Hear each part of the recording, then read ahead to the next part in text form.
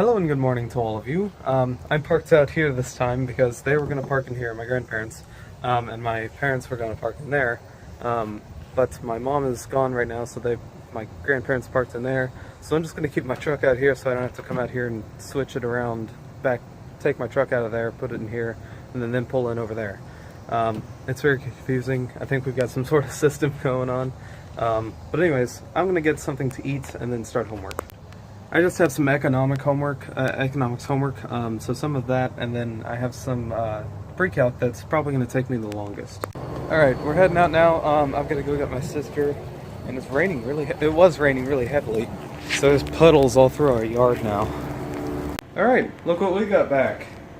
We got the car back. Just today my mom went to go get it, but she said that when she was driving it back, it felt sluggish, and this thing's got a turbo, and it's the sports version of their car, and it's got 273 horsepower. It should not be sluggish. So I'm gonna test drive it really quick. Alright, skip ahead about an hour. We just had dinner, and I was doing homework, so it was nothing really too interesting. I need to take the trash down because it looks like that. So I'm gonna run it down really quick, and then I'm gonna come back and continue homework. I haven't gotten it done yet because I've just been kind of running around. Good thing I don't have that much.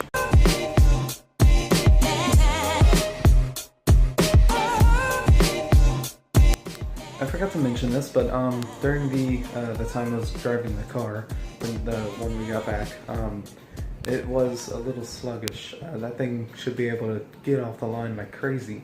It's got a turbo, so it's powerful.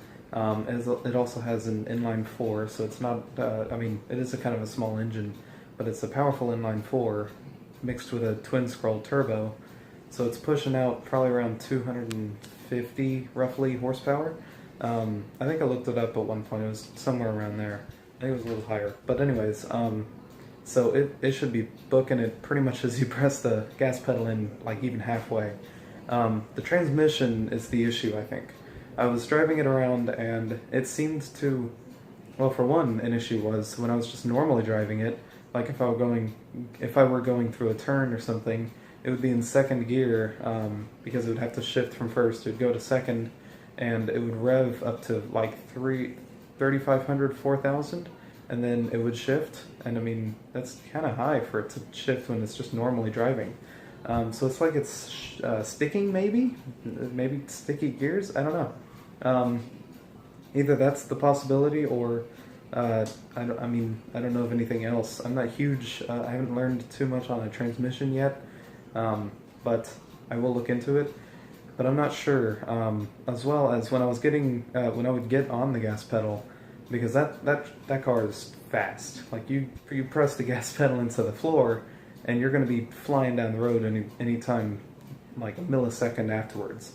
When you would step on it, it kind of did like a soul searching kind of thing. It would kind of decide which gear it wanted to go on, maybe, and then it would sort of decide whether it wanted to maybe leisurely go into that gear.